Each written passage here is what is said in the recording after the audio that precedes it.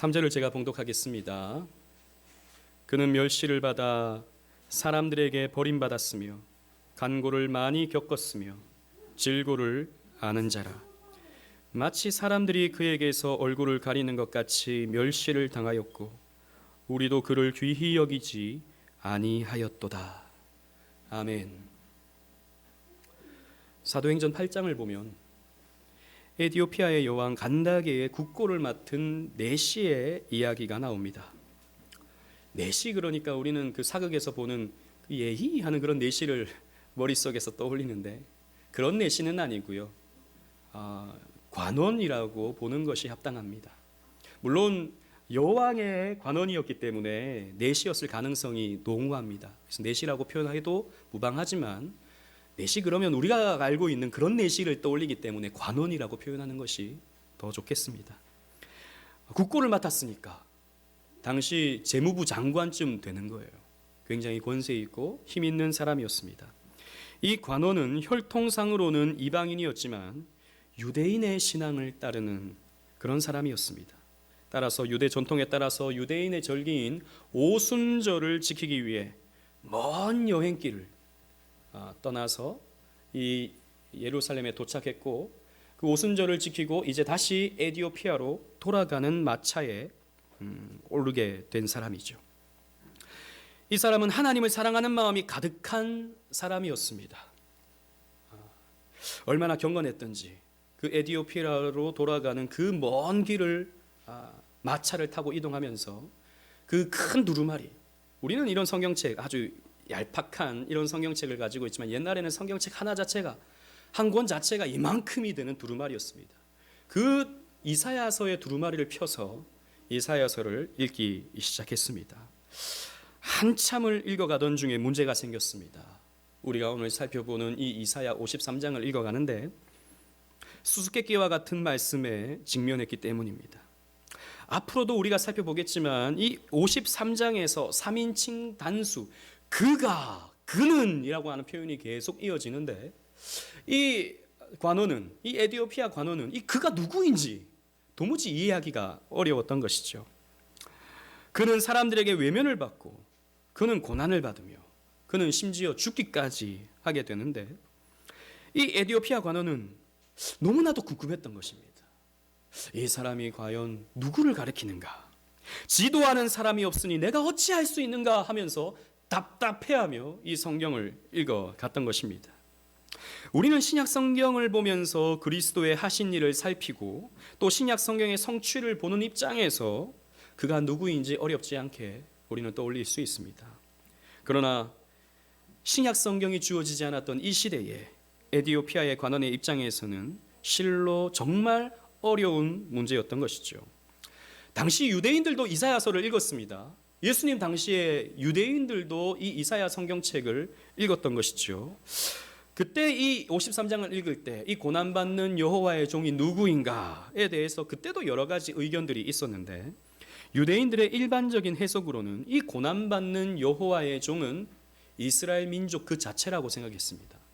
이스라엘 민족들은 바벨론에 의해서 핍박을 받죠. 그리고 이어서 페르시아와 헬라와 로마의 핍박을 계속해서 연거푸 받게 됩니다. 이 고난받는 여호와의 종은 이스라엘 민족을 가리키는구나 라고 유대인들은 생각했었고 그 생각은 지금까지도 이어져 내려오고 있습니다. 지금도 저 유대인들은 이 이사야 53장을 읽을 때 자신들의 민족이라고 생각을 합니다. 그렇게 해석을 하고 있다는 것이죠.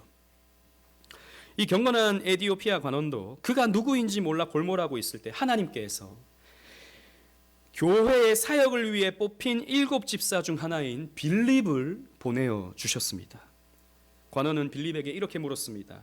사도행전 8장 34절에 그 내시가 빌립에게 말하되 청컨대 내가 묻노니 선지자가 말한 것이 누구를 가리킴이냐, 자기를 가리킴이냐 타인을 가리킴이냐 라고 물었습니다.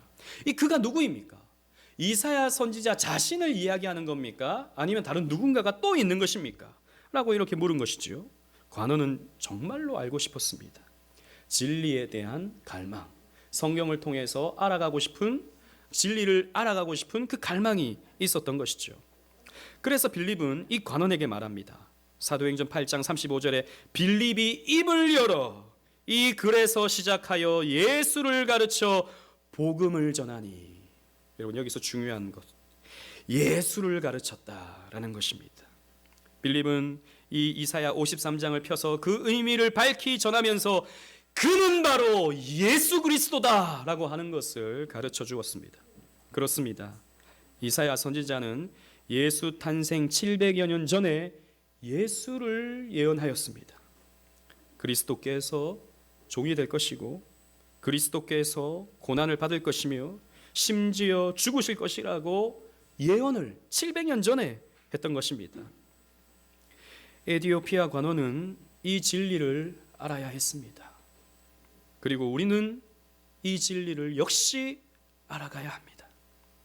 알아야 할 뿐만 아니라 우리는 온 마음을 다해서 이 진리를 믿어가야 합니다.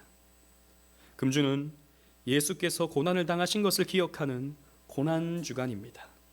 그래서 오늘 주일 말씀과 수요일 정사 기념 예배까지 3번에 걸쳐서 이 고난받는 여호와의 종에 대해 그 의미를 살피고자 합니다.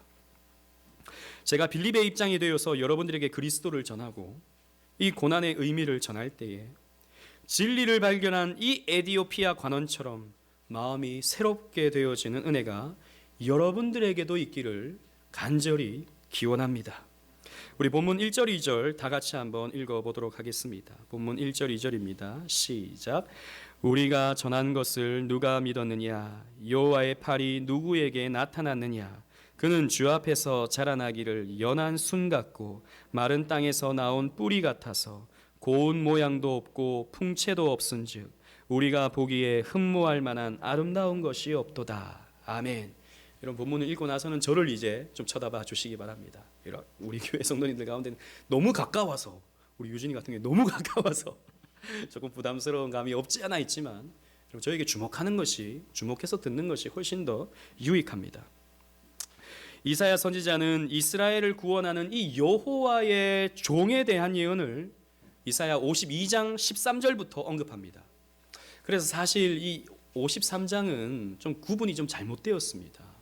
52장 13절부터 여호와의 종이 시작되니까 그렇게 장을 좀 구분하면 좋은데, 여러분 장이라고 하는 것은 처음부터 이 이사야 갔을 때 1장, 그 다음에 2장 이렇게 쓴 게 아니거든요. 15세기에 사람들이 성경을 조금 더 읽기 편하게 만들기 위해서 절과 장을 나눈 것입니다. 근데 조금 이렇게 오류가 있어요. 아무튼 이 여호와의 종에 대해서 52장 13절부터 설명을 해 나가다가 오늘 본문 1절에서 그 여호와의 종에 주목하라 라고 이렇게 외치고 있습니다.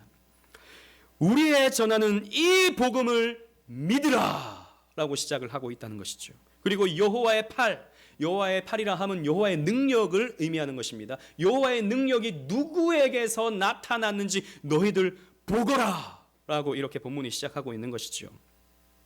이 여호와의 종에 대한 이 예언이 복음이며, 이 여호와의 종은 여호와의 능력을 나타내므로 우리를 구원하실 수 있는 분이기 때문입니다. 그래서 너희들 여호와의 종에게 주목하라 라고 본문은 말하고 있는 것입니다. 그런데 이스라엘을 구원하는 여호와의 종에 대한 묘사가 사람들이 예상치 못한 방향으로 흘러가고 있는 것을 볼 수 있습니다. 여호와의 종은 강력한 군대로 로마를 무찌르는 그런 용감한 장수의 모습으로 그려지지 않아요. 여호와의 종은 부요함이 흘러넘쳐 가난한 사람들을 부욕해 만드는, 그 배고픈 사람들을 배불리게 만드는 그런 부요하게 만드는 인물로 묘사되지도 않습니다. 대부분의 유대인들은 바벨론의, 페르시아의, 헬라의, 로마의 핍박을 받으면서 이런 메시아를 기다렸습니다. 이런 메시아, 힘 있는 메시아, 능력 있는 메시아를 간절히 기다렸던 것이죠. 그러나 기대와 다르게 그는, 이 여호와의 종은 자라나는 연한 순 같은 연약한 모습으로 그려지고 있어요. 사람이 밟아버리면 죽어버리는 연한 순, 뽑아버리면 얼마든지 쉽게 뽑아버릴 수 있는 약하디 약한 연한 순의 모습으로 묘사되고 있습니다. 또 마른 땅에서 그 사막 식물 가운데 그 많은 땅에서 뽑아 올려버리면 그 뿌리들이 흉측하게 나타나죠. 그런 흉측한 모습에 볼품없는 모습으로 메시아를 그려내고 있습니다. 고운 모양, 아름다운 모습도 아니고 근육질의 어떤 우람한 풍채가 있는 모습도 아니고 그저 약해 보이는 모습으로 여호와의 종에 대해서 표현하고 있는 것이죠. 그래서 이렇게 말합니다. 보기에 흠모할 만한 아름다운 것이 없는 여호와의 종이다 라는 것이죠. 여러분, 그렇습니다. 예수님께서 이 땅에 오실 때는 약하디 약한 연한 순과 같은 아기의 모습으로 태어나시죠. 여러분, 상상해 보십시오. 하나님이, 이 세상 만물을 창조하신 하나님이, 태초로부터 계셨던 그 전지전능하신 하나님이 아브라함과 이삭과 야곱에게 찾아오셔서 언약해 주셨던 그 하나님이 갓난아기가 되셨습니다. 말도 못해요. 갓난아기가 말을 못하죠. 예수님도 태어나자마자 말씀을 못하십니다. 할 수 있는 거라고는 우는 것밖에 없어요. 게다가 어머니의 젖을 빠는 것밖에 할 수 없는 약하디 약한 아기가 되신 것입니다. 하나님이 말이죠. 게다가 태어날 때부터 제대로 된 환경에서 태어나지도 못했습니다. 안쓰럽게도 예수님은 태어나자마자 마국간의 말구유의 말밥통이죠. 그 말밥통에 누이셔야 했습니다. 또 헤롯 왕이 그때 당시에 이 베들레헴 반경에 태어난 아기들을 다 죽이려고 하니까 예수님은 그 어머니 품에 안겨서 저 애굽으로 멀리 피신할 수밖에 없는 비참한 존재가 되셨죠. 약하디 약한 연한 순 같은 모습으로 이 땅에 태어나셨습니다. 게다가 자라실 때는 어떻습니까? 시골 깡촌 같은 나사렛에서 자라셨습니다. 그래서 예수님은 제대로 된 공부를 해보신 적이 없으세요. 그 예루살렘이라고 하는 사람들이 모여서 살아가는 그곳에서 자라지 못하시고 저 갈릴리 서쪽에 있는 작은 시골 마을 나사렛에서 자라시면서 랍비들에게 제대로 된 교육조차 받지 못하고 자라신 무학이셨습니다. 그래서 예수님은 지식 있는 자들에게 늘 무시를 당하시죠. 게다가 예수님은 아마도 아버지 요셉이 빨리 돌아가셨던 것 같습니다. 그래서 자라시면서 아버지의 그 목수일을 물려받아서 가난한 가족, 어머니와 동생들의 생활을 책임지는 그런 그래서 어릴 때부터 노동자로서의 삶을 살 수밖에 없는 그런 시절을 보내었습니다. 그래서 예수님의 손은 목수의 일로 많이 험해져 있었을 것이고 온몸에는 상처가 가득했을 것입니다. 우리는 예수님 그러면 성화 같은 것들을 많이 보고 또 영화를 보면서 흰 피부에 파란 눈에 곱슬머리에 그 우람한 체격을 갖춘 미남의 예수님을 머릿속에서 떠올립니다. 그러나 실상은 그렇지 않았습니다. 예수님의 살갗은 그 가나안 땅에 내리쬐는 뜨거운 햇볕에 의해서 그을려 검어져 있었고 심한 노동으로 땀 냄새를 풀풀 풍기는 영락없는 일꾼의 모습이었으며 사람들이 보기에 흠모할 만한 것이 아무것도 없는, 매력적인 것이 아무것도 없는 볼품없는 모습이었습니다. 그래서 본문 3절 여러분 말씀을 보십시오. 3절을 다 같이 한번 읽어보도록 하겠습니다. 시작. 그는 멸시를 받아 사람들에게 버림받았으며 간고를 많이 겪었으며 질고를 아는 자라. 마치 사람들이 그에게서 얼굴을 가리는 것 같이 멸시를 당하였고 우리도 그를 귀히 여기지 아니하였도다. 아멘. 예수님은 사람들에게 멸시를 받으셨습니다. 이것은 예수님이 십자가를 지실 때만의 모습이 아니에요. 예수님은 평소에 자라나실 때도 사람들에게 박한 평가를 받으셨고 공생의 사역 가운데서도 이런 평가를 받으셨습니다. 마가복음 6장 3절 말씀, 주보에 있는 말씀입니다. 다 같이 한번 읽어보도록 하겠습니다. 주보를 보시면서 다 같이 읽겠습니다. 시작. 이 사람이 마리아의 아들 목수가 아니냐, 야고보와 요셉과 유다와 시몬의 형제가 아니냐, 그 누이들이 우리와 함께 여기 있지 아니하냐 하고 예수를 배척한지라. 아멘. 사람들이 이렇게 말하는 것입니다. 저 사람이 메시아라고? 아니, 저 사람 마리아의 아들 예수가 아니냐? 그 몫으로 자란 것을 우리가 보지 않았느냐?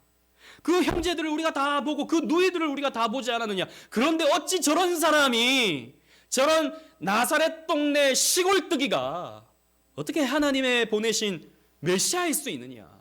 라고 하는 평가를 예수님께서 받으셨지요. 일반 사람들뿐만 아닙니다. 예수님은 공생의 가운데서 3년 동안 동고동락했던 제자들에게까지 결국에는 배신을 당하지요. 그 중에 가룟 유다는 예수님을 은삼십에 팔아 넘겨버립니다.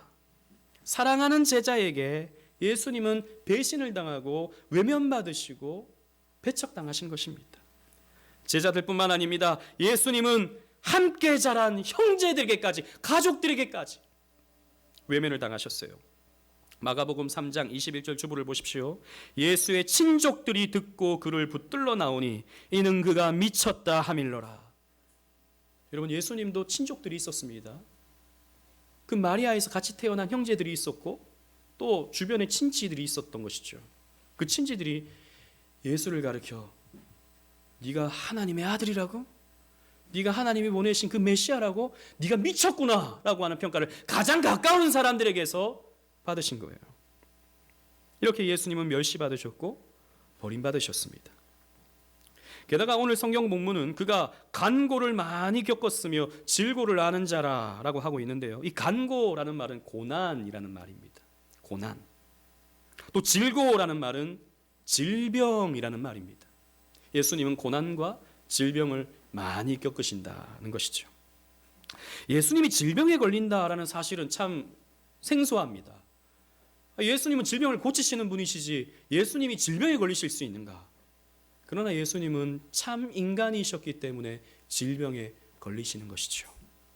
예수님은 인간으로 당하실 수 있는 거의 대부분의 고통을 당하셨습니다. 우리는 예수님의 고난을 생각하면 그 마지막 십자가에서 받으신 그 고난을 생각을 합니다. 그렇습니다. 십자가는 예수님의 고난을 집약적으로 보여주죠. 그러나 그 십자가 사건만 생각한다면 우리는 예수님의 고난의 의미를 많이 놓치게 됩니다. 예수님의 고난은 전 생애적이기 때문입니다. 하이델베르크 요리문답, 우리 개혁교회의 요리문답인 하이델베르크 요리문답에서 예수님의 고난에 대해서 이렇게 설명합니다. 37문 여러분 주보에 있습니다. 고난을 받으사라는 말로 당신은 무엇을 고백합니까? 우리 사도신경에서 고난을 받으사라고 하는 표현이 있죠. 이것이 무엇을 의미합니까? 라고 하는 이 질문에 답이 이렇습니다. 그리스도는 이 세상에 사셨던 모든 기간에 고난을 받으셨고 특히 생의 마지막 시기에 모든 인류의 죄에 대한 하나님의 진노를 자신의 몸과 영혼에 짊어지셨습니다. 라고 이렇게 설명을 합니다. 우리는 뒷부분만 머릿속에 기억하죠. 예수님의 고난, 예수님의 그 고난을 받으사 그러면 십자가에 달리신 예수님의 모습, 채찍을 맞으시는 예수님의 모습만 기억합니다. 그러나 예수님은 전 생애 동안에 고난을 받으셨어요. 여러분 생각해 보십시다. 예수님은 태초 전부터 계셨던 분이시죠. 시공을 초월하시는 분입니다. 시간에 매이지 않으시고 공간에 매이지 않으시는 분이셨습니다. 그런데 그런 하나님이 인간이 되셨다는 것부터가 고난입니다. 시간에 매이셔요. 그 다음부터는 공간에 매이셔요. 질병에 걸리셔요. 인간으로서 당하는 모든 어떤 제한들 혹은 고통들을 예수님께서 다 당하시는 것입니다. 자라실 때도 그러하셨고 성령기가 되었을 때도 그러하셨고 사생의 30년과 공생의 3년 동안에도 한결같이 예수님은 고난의 시간을 받으셨습니다. 예수님은 역사 속에서 가장 극심한 고난을 당하셨던 인간이셨어요. 가장 극심한 고난. 십자가를 져서 그런 게 아닙니다. 병에 걸리셔서 그런 게 아니에요. 가장 극심한 고난을 받았다라고 하면 여러분들은 이렇게 반문할지도 모릅니다. 물론 예수님이 이렇게 사람들에게 무시를 당하시고 사람들에게 배척을 받으시고 또 그 인생 말년에는 이런 십자가를 지시는 고난을 받으셨기 때문에 고난을 받으셨다는 것은 우리가 충분히 인정하지만 그렇다고 가장 극심한 고난을 받으셨다라고 하는 것은 동의하기가 좀 힘듭니다. 욥 같은 경우에는 가족을 다 잃지 않았습니까? 온몸에는 그 악창으로 인해서 기와장으로 몸을 끌고야 하는 그런 상황, 그런 고난을 겪었는데 예수님은 그까지는 아니지 않나요? 이렇게 질문할 수 있는 거죠. 게다가 예수님은 그래도 어려움을 겪으셨지만, 목수일을 하셨지만 그보다 더 못한, 태어날 때부터 부모를 다했고 태어날 때부터 장애를 안고 태어나고 태어날 때부터 극심한 고난을 가진 사람이 이 지구상에는 곳곳에 있는데, 그런 사람들과 비교한다면 예수님의 고난은 조금 그래도 좀 덜하지 않나요? 십자가의 고난 정도라면 또 그와 비슷한 형벌을 받았던 사람들은 그 시대에 또 역사 속에서 더 많이 있지 않았나요? 라고 우리는 생각할지도 모르겠습니다. 그러나 우리는 이것을 생각해야 됩니다. 예수님만큼 높은 자리에서 예수님만큼 낮아지신 분은 없다는 것이죠. 인간은 인간으로 태어나서 한평생 고생을 하고 심지어는 불에 타서 죽는 화형을 당하기도 하는 고통을 받습니다. 인간에서 인간이 받는 고통을 당합니다. 그러나 하나님이, 전지전능하신 하나님이 인간이 되셔서 인간이 당할 수 있는 그 모든 질병과 형벌을 받으셨다고 하는 것은 우리가 감히 상상할 수 없는 고통이다는 것이죠. 그런 차원에서 예수님은 인간으로서 가장 극심한 고통을 받으셨던 분이셨다는 것이죠. 이런 예수님의 전생애적인 비참은 비교할 수 없는 비참이자 고난입니다. 그렇다면 우리는 이런 질문을 던져야 됩니다. 왜 예수님께서 고난을 당하셔야 합니까?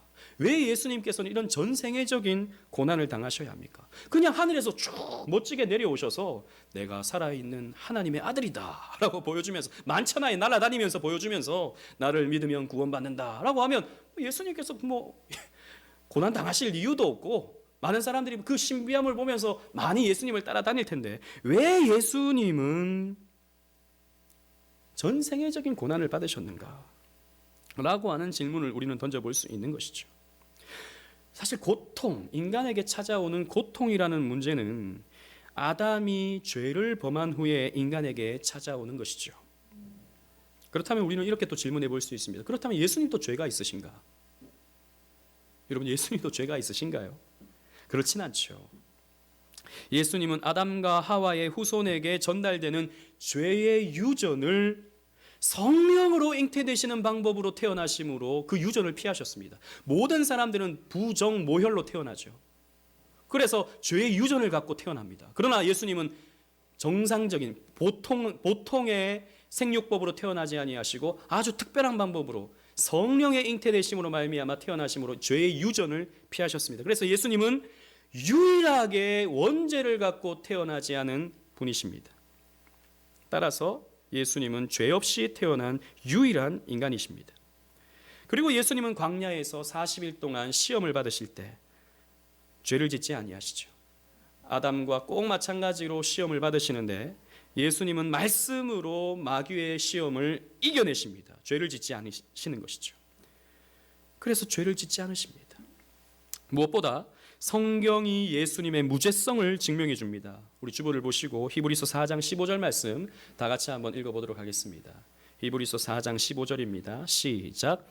우리에게 있는 대제사장은 우리의 연약함을 동정하지 못하실 이가 아니요 모든 일에 우리와 똑같이 시험을 받으신 이로되 죄는 없으시니라. 아멘. 우리와 똑같이 시험을 받으시고 우리와 똑같이 고난을 받으셨지만 그분은 죄가 없다라고 성경이 우리에게 확증해주고 있습니다.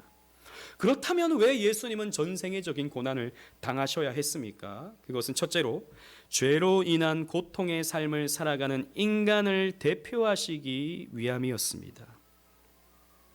여러분, 예수님은 두 번째 인류의 대표로 이 땅에 오시지요. 첫 번째 인류의 대표가 누구입니까? 아담이었습니다. 아담은 인류의 대표로 하나님 앞에서 시험을 받게 되죠. 두 번째 인류의 대표는 예수 그리스도십니다. 그래서 예수님께서 하나님 앞에서 시험을 받으셨던 것이죠. 로마서 5장 19절 말씀, 주보에 있는 말씀을 여러분 보십시오. 한 사람이 순종하지 아니함으로 많은 사람이 죄인 된 것 같이 한 사람이 순종하심으로 많은 사람이 의인이 되리라고 했습니다. 앞에서 한 사람은 아담을 가리킵니다. 인류의 대표였던 아담이 순종하지 않음으로 인류의 대표였기 때문에 많은 사람이 죄인 된 것처럼 한 사람, 이 두 번째 한 사람은 예수님을 가리킵니다. 예수님이 순종하심으로, 죄를 짓지 않으심으로 많은 사람이 예수 안에서 의인이 되는 거예요. 그래서 대표로 예수님은 이 땅에 오시죠. 여러분, 대표성을 가지려면, 인간이 그 공동체에서 대표성을 가지려면 그 공동체와 동질성을 가져야 됩니다. 무슨 말이냐면, 인간의 대표를 개가 할 수는 없습니다. 개가 인간을 대표할 수 없어요. 고양이의 대표를 개가 할 수 없습니다. 사람의 대표는 사람이 가능한 것이죠. 우리 오직은혜 교회의 대표가 되려면 이 오직은혜 교회 안에 어떤 공동체적인 어떤 동질성이 있어야 된다는 것이죠. 예수님은 이런 인류의 대표가 되시기 위해서 고통을 모르는 비인간적인, 비인격적인 분으로 이 땅에 오신 것이 아니고, 인간의 대표가 되시기 위해서 이런 인간으로 당할 수 있는 모든 것들, 인간으로 겪으셔야 하는 모든 이런 고난의 문제들 겪으셔야 했던 것입니다. 그래서 예수님은 누구보다도 고통을 잘 아시는, 우리와 똑같은, 아니 더 극심한 고통의 과정을 겪으신 우리의 대표가 되어주시는 거예요. 그리고 두 번째로는 진심으로 우리를 동정하시고 공감해 주시기 위함이었습니다. 앞에서 읽었던 히브리서에서 이렇게 기록하고 있죠. 우리에게 있는 대제사장은 우리의 연약함을 동정하지 못하실 리가 아니요 라고 했습니다. 여러분, 예수님은 우리를 동정하실 수 있어요. 우리의 외로움을 아십니다. 우리의 질병의 고통을 아십니다. 우리의 실패와 좌절, 우리의 눈물과 애통을 누구보다도 잘 알고 계십니다. 왜냐? 이 모든 것들을 겪으셨기 때문입니다. 아파본 사람이 아픈 사람의 마음을 알죠.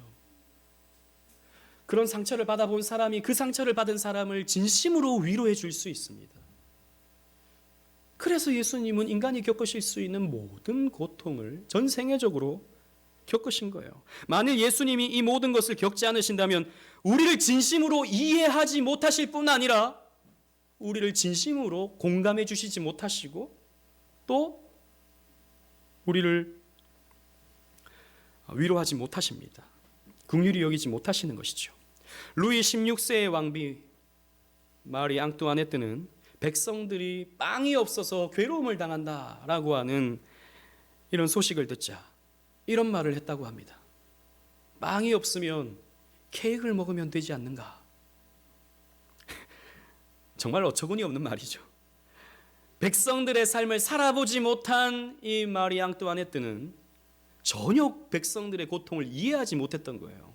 빵이 없어? 그럼 케이크를 먹어. 케이크 없어? 그럼 다른 걸 먹어. 이런 식으로 생각을 했던 거죠. 한 번도 배가 고파보지 않았던 거죠. 항상 먹을 것이 넘쳤던 삶을 살았던 거죠. 물론 뭐 이런 말을 했다 안 했다 뭐 설왕설래는 있습니다. 말이 좀 와전되었다. 마리 앙뚜아네트가 이런 말을 정말 했는가에 대한 의구심은 있지만 일반적으로 이렇게 알려지고 있다는 것이죠. 그러나 우리 주님은 다르십니다. 그분은 우리를 진심으로 사랑하기 위해서, 그분은 우리와 진심의 교제를 나누시기 위해서 기꺼이 전생애적인 고난을 감내하신 거예요. 그래서 누구보다도 여러분들의 고통을 잘 알고 계십니다. 여러분들의 가까운 사람이 여러분들을 이해하지 못할 때가 있죠. 가장 가까운 부부조차도 상대방의 고통을 이해하지 못하죠. 오랫동안 사랑을 주었던 자녀가 부모의 마음을 이해하지 못합니다. 그건 자식도 마찬가지예요. 내 마음에 있는 내 마음속에 깊은 나의 상처와 나의 눈물과 나의 아픔에 대해서 다른 사람들은 이해해 주지 못한다 하더라도 우리 주님은 아십니다. 우리 예수님은 알고 계셔요. 그래서 깊이 공감해 주시고 깊이 동정해 주실 수 있으신 분입니다. 여러분, 창세기 22장에 보면 하나님이 아브라함에게 독자 이삭을 바치라고 하시죠. 독자 이삭. 우리는 그런 본문을 보면 하나님 좀 너무 무지막지하다라는 생각을 합니다. 아니 100세 때 낳은 눈에 넣어도 아프지 않을 이삭을 번제로 바치라니요. 아니 하나님이 주시겠다고 해서 주신 그 귀한 아들을 번제로 바치라니요. 아무리 이런 표현은 좀 경망스럽습니다만 아무리 초슈퍼 울트라 갑이라고 하더라도 그 어린 아브라함에게 할 말은 좀 아닌 것 같다라는 생각을 우리는 한다는 것이죠. 아니, 다른 건 몰라도 아들을 바치라니요. 물론 우리는 성경을 전체로 보기 때문에 이게 하나님이 정말 그 이삭을 바치라, 생명을 원해서 바치라고 하는 게 아니라는 것은 다 알고 있습니다. 하나님이 아브라함을 시험하기 위해서 그렇게 하신 것이죠. 그런데요, 우리가 여기서 생각해 봐야 될 것은 만약 하나님이 자식을 희생시켜 보지 않은 그저 신으로서만 독자 이삭을 바치라고 한다면 그 신은, 그 하나님은 사람들을 신적 유희의 대상으로만 보는 거예요. 이 아브라함이 나에게 순종하는가 안 하는가 이렇게 지켜보고 있다가 순종하면 복을 주고 순종하지 않으면 벌을 내리는 그런 하나님, 비인격적인 하나님이죠. 비인격적인 하나님. 여러분, 사실 저 유대교의 하나님 그리고 저 이슬람의 하나님이 그런 비인격적인 하나님입니다. 사람이 순종하나 순종하지 않나 이렇게 보다가 순종하면 복을 주고 순종하지 않으면 무서운 벌을 내리시는 그럼 무시무시한 비인격적인 하나님. 그런데 우리의 하나님은 그런 하나님이 아니십니다. 무슨 말이냐면 우리 하나님은 자식을 제물로 바쳐본 경험이 있는 하나님이십니다. 영원한 저 하늘나라에서 영원한 사랑을 나누시던 그 성부와 성자는 우리를 구원하시기 위해서 자기 아들을 제물로 바치시는 거예요. 십자가에서. 성부 하나님은 그런 경험이 있으신 겁니다. 성부 하나님은 그것이 얼마나 아픈 것인지, 그것이 얼마나 힘든 것인지, 그것이 얼마나 괴로운 것인지 누구보다도 잘 알고 계시는 거예요. 그래서 아브라함이 그 시험을 받을 때 그 아브라함의 마음이 어떤지, 그 아브라함의 마음이 얼마나 괴롭고 힘든지 너무나도 잘 알고 계시는 거예요. 그래서 아브라함을 진심으로 응원하실 수 있는 분이 우리 하나님이세요. 아브라함아, 내가 너의 그 마음을 안다. 내가 너의 그 고민을 안다. 네가 얼마나 지금 답답한 상황인지 어찌 해야 될지 모르는 상황인지 내가 그 상황을 너무나도 잘 안다. 나도 그걸 겪었어. 나도 그 일을 해낼 거야. 아브라함아, 조금 더 힘을 내렴. 아브라함아, 조금 더 믿음을 가지렴. 이렇게 응원하실 수 있는 분이 바로 우리 하나님이십니다. 그냥 아무것도 모른 채 한번 해봐.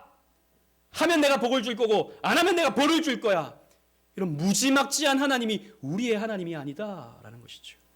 우리 하나님은 경험해 보신 인격적인 하나님이십니다. 우리 예수님도 마찬가지다라는 것이죠. 우리 예수님께서 질병을 겪으시고 우리 예수님께서 사람들에게 버림을 받으시고 심지어는 가족들에게까지 미쳤다라는 이런 평가를 받으시면서 인간이 당할 수 있는 모든 고난을 당하시면서 이런 과정을 겪으신 이유는 저와 여러분들을 진심으로 공감해 주시기 위해서, 동정해 주시기 위해서 그러한 일들을 겪으셨다라는 것이죠. 요즘 젊은이들이 많이 부르는 찬양 가운데 공감하시네라는 찬양이 있습니다. 제가 노래를 부르고 싶은데 가사만 읽어드리겠습니다. 혼자서만 세상을 사는 듯이 주가 멀어 보이기만 할 때 우리는 바라보아야 하네. 우리에게 오셨던 그 주님을. 주님이 우리의 아픈 마음을 아시네. 가까이서 우리의 아픔에 공감하시네. 우리에게 찾아오셨던 그 주님이 우리의 모든 상황에 공감하시네. 참 감상적이고 또 감정을 자극하는 그런 찬양이에요. 그러나 여러분, 실로 하나님의 사랑은 우리의 감정을 덮고도 덮습니다. 실로 우리 주님의 사랑은 우리의 감정을 충만하게 만들어 가십니다. 여러분, 우리는 혼자서만 세상을 살아가는 것처럼 때로는 하나님이 어디 계신가, 때로는 하나님이 내 상황을 지금 알고나 계시는가 답답하기 그지없죠. 그러나 우리는 바라봐야 합니다. 이 땅에 오셔서 나의 이 모든 아픔을 다 겪으셨던 그 주님을 말이죠. 그래서 주님은 우리의 아픈 마음을 아시는 것입니다. 가까이서 우리의 아픈 마음을 공감해 주시는 거예요. 우리에게 찾아오신 이 주님께서 우리의 모든 상황에 공감해 주실 수 있는 분입니다. 그래서 여러분, 주님은 우리의 처지를 너무나도 잘 아시기 때문에 우리를 또 능히 도우실 수 있어요. 여러분, 주보를 보십시오. 히브리서 2장 18절 말씀 다 같이 한번 읽어보도록 하겠습니다. 히브리서 2장 18절 말씀입니다. 함께 읽어보겠습니다. 시작. 그가 시험을 받아 고난을 당하였은즉 시험 받는 자들을 능히 도우실 수 있느니라. 아멘. 예수님께서 시험을 받아보셨기 때문에, 고난을 받아보셨기 때문에 우리를 도와주실 수 있는 거예요. 그래서 여러분, 힘들 때, 답답할 때, 정말 길이 보이지 않을 때 여러분, 주님께 나아가십시오. 우리 예수님께 구하십시오.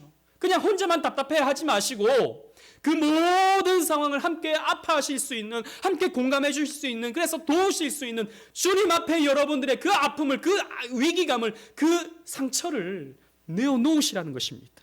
주님께서 위로해 주실 것입니다. 그리고 마지막으로 우리의 삶의 고난을 가져가시기 위함입니다.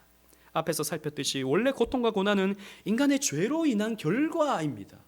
아담이 죄를 지었기에 인간에게 고통이 찾아왔죠. 그러나 그리스도께서는 죄가 없으십니다.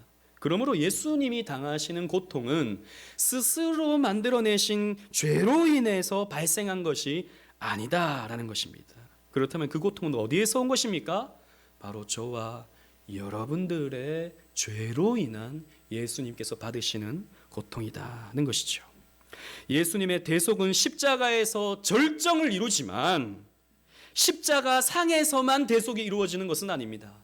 예수님의 모든 삶 가운데 대속이 이루어지는 것이죠. 우리가 평생에 짓는 죄들이 예수님께로 전가되어지고 예수님께서 가지신 영원한 생명이 믿음으로 말미암아 우리에게 주어지게 되는 것이죠. 그래서 우리가 받아야 할 죄로 인한 저주, 죄로 인한 심판을 예수님께서 그 평생의 삶으로 대신 다 감당해 내시는 것입니다. 우리의 죄로 인해 우리가 겪어야 할 우리의 모든 문제를 예수님께서 가져가신 것입니다. 여러분, 이것을 우리는 믿어야 됩니다. 그래서 우리에게는 죄로 인한 저주의 고난과 죄로 인한 심판이 더 이상 우리에게는 없습니다. 우리가 죄를 짓는 것 때문에 찾아오는 죄와 심판과 저주는 더 이상 우리에게는 없다라는 것이죠. 그것은 예수님께 다 옮겨지게 되었고 예수님께서 다 감당해 주셨다라는 것입니다. 로마서 8장 1절 2절 말씀 주보를 보시면서 다 같이 읽어보겠습니다. 로마서 8장 1절 2절 말씀 시작. 그러므로 이제 그리스도 예수 안에 있는 자에게는 결코 정죄함이 없나니 이는 그리스도 예수 안에 있는 생명의 성령의 법이 죄와 사망의 법에서 너를 해방하였음이니라. 아멘. 여러분, 그러므로 여러분들이 죄를 지을 때, 물론 죄를 마음껏 지으라는 말은 아니고 어쩔 수 없이 죄를 짓게 되었을 때 이 죄로 말미암아 하나님께서 나를 버리시진 않을까라고 생각하지 마십시오. 그 죄에 대한 저주는 그리스도께서 대신 감당하셨습니다. 내가 이 죄로 말미암아 하나님께서 나를 치시진 않을까, 심판하지 않을까 두려워하지 마십시오. 그 형벌은 다 예수님께서 대신 감당하셨습니다. 그래서 죄와 우리의 이 허물로 말미암는 저주는 우리에게 없는 거예요. 그렇다면 왜 우리에게 여전히 질병이 찾아오고, 왜 우리에게 여전히 문제가 발생하고, 가난의 문제, 인간관계의 문제, 이런 것들이 왜 찾아오는 것입니까? 예수님께서 다 해결해 주셨다면서요. 우리에게 찾아오는 이 고난의 문제는 죄의 결과가 아닙니다. 우리의 죄에 대한 결과가 아닙니다. 이것은 우리를 하나님 백성으로 만들어 가시기 위해 하나님이 허락하시는 성화적 고통입니다. 이 고통으로 우리는 하나님을 바라보죠. 이 고통으로 우리는 하나님 앞에서 인내하게 됩니다. 이 고통으로 인해서 우리는 소망을 갖게 되면서 믿음의 삶을 붙들고 하나님께 나아가게 되죠. 그래서 이 고통은 저주가 아니라 축복입니다. 아무도 아멘을 안 하시는데 여러분이 사실 우리 기억해야 됩니다. 우리에게 찾아오는 고통은 저주가 아니라 축복입니다. 그래서 성도는 고통 가운데서도 감사할 수 있고 눈물 가운데서도 찬송할 수 있습니다. 바울은 이렇게 고백하죠. 빌립보서 4장 12절 13절 말씀에 주보를 보십시오. 나는 비천에 처할 줄도 알고 풍부에 처할 줄도 알아. 모든 일 곧 배부름과 배고픔과 풍부와 궁핍에도 처할 줄 아는 일체의 비결을 배웠노라. 내게 능력 주시는 자 안에서 내가 모든 것을 할 수 있느니라. 여러분, 이것이 그리스도인의 고백입니다. 우리는 풍부해질 때도 있어요. 또는 배고파질 때도 있습니다. 우리는 성공할 때도 있어요. 때로는 실패할 때도 있습니다. 그러나 이 모든 것이 합력해서 선을 이룬다는 것이죠. 이 모든 것이 결국에는 우리의 성화에 도움이 된다는 것이죠. 그래서 우리는 항상 감사할 수 있게 됩니다.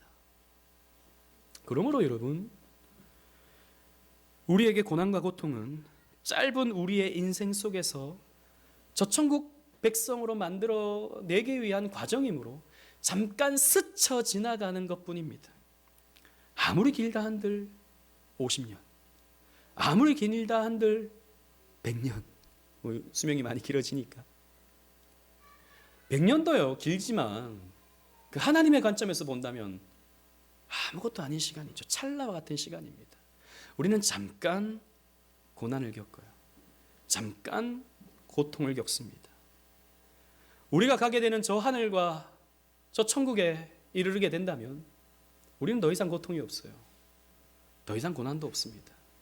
그래서 여러분, 우리는 이렇게 생각해야 됩니다.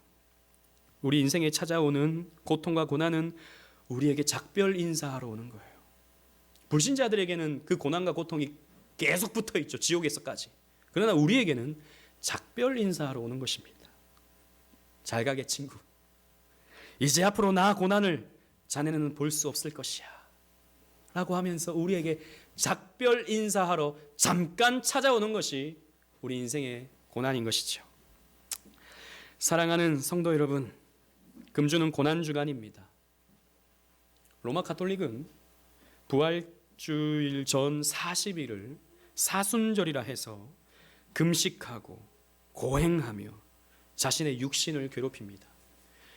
종교개혁 시대에 쯔빙글리가 종교개혁을 일으켰던 주요한 요인 중에 하나가 사순절에 소세지를 먹다가 걸렸어요. 소세지 먹었다고 주교들이 찾아와가지고 소세지 먹었냐고 조사하고 막 그랬습니다. 그래서 쯔빙글리가 화가 났어요. 아니 소세지도 못 먹냐고. 물론 뭐 소세지 때문만은 아니지만 그게 화근이 된 거예요. 아니 예수님께서 우리가 받아야 할 고난을 대신 가져가 주셨는데 왜 우리가 이 고난 주간에 우리가 왜 고난을 받아야 되지? 라고 하는 생각을 했던 것입니다. 로마 가톨릭은 지금도 사순절을 지키면서 음식을 구별하고 그래서 십자가 앞에서 얼마나 아프셨는가 생각하면서 눈물을 흘리고 금식하면서 그렇게 고난 주간을 보내게 되죠. 심지어는 뭐 요즘에도 그렇게 하는지 모르겠지만 채찍을 만들어서 자기의 몸을 치기도 했습니다. 그리고 무릎으로 계단을 오르락내리락 하기도 했죠. 그렇게 아파야 예수님의 고난에 우리가 동참하는 것이다 라고 생각을 했습니다. 그러나 여러분 잘 생각해 보십시오. 이런 식의 고난에 동참하는 것은 예수님의 고난을, 그 고난의 의미를 현저하게 욕보이는 것입니다. 아니 예수님께서 우리의 고난을 가져가시기 위해서 이 땅 가운데 평생의 고난을 당하셨는데 우리가 다시 아니 예수님 그 고난 우리에게 주세요. 우리도 고난 당할 수 있습니다. 우리도 고난 받을게요 라고 한다는 게 도대체 무슨 일입니까? 이게 얼마나 우스운 일입니까? 예수님은 그 고난 우리에게 가져가시려고 그 평생의 고난을 당하셨는데 우리도 고난 받을게요 라고 한다는 말이 말이나 되는 일입니까? 이런 식으로 고난 주간을 보낼 것 같으면 차라리 고난 주간을 갖지 않는 것이 옳다라고 생각했던 것이 종교개혁자들이었습니다. 청교도들이었죠. 그래서 사순절 절기를 없애버렸습니다. 고난 주간 이런 것들을 없애버리기도 했습니다. 부활주일조차도 없애버렸어요. 52주가 다 부활주일이지 무슨 그날만 부활주일이냐라고 하면서 말이죠. 조금 과격한 사람들은 그렇게까지 했습니다. 그러나 온건한 사람들은 이런 고난 주간을 보내면서 날 위해 희생당하신 그리스도, 우리에게 자유를 주시려고 고난을 받으신 그리스도를 묵상하면서 하나님께 감사하고 우리 그리스도의 그 은혜를 생각하는 그런 시간으로 가졌습니다. 그렇습니다, 여러분. 고난 주간은 감사함과 감격함이 있는 주간이 되어야 합니다. 자유함과 복됨을 누리는 주간이 되어야 합니다. 그러므로 그리스도의 고난으로 말미암아 나에게 축복이 주어졌다는 것을 감사하고 기뻐하는 주간이 고난 주간입니다. 여러분, 이것을 기뻐하기 위해서, 이것을 더 깊이 묵상하기 위해서 금식을 하려 한다면 그거 괜찮습니다. 이것을 더 우리가 깊이 묵상하기 위해서 작정 기도를 한다면 그것은 참 옳은 일이라 할 수 있습니다. 그러나 그것이 아니라 나도 고통을 당해봐야겠다라고 생각하면서 예수님의 십자가를 바라보면서 얼마나 아프셨나 이런 노래를 부르면서 그 고난에 동참하려고 하는 것은 우상숭배입니다. 고난이 마치 우리에게 구원을 가져다 주는 것처럼 생각하게 만드는 고난에 대한 우상숭배가 되는 것이죠. 우리는 그런 고난 주간을 보내어서는 안 될 것입니다. 이번 한 주 이 고난의 참된 의미를 묵상하심으로 풍성한 하나님의 은혜를 누리시는 저와 여러분들 되시기를 주님 이름으로 축원합니다. 아멘.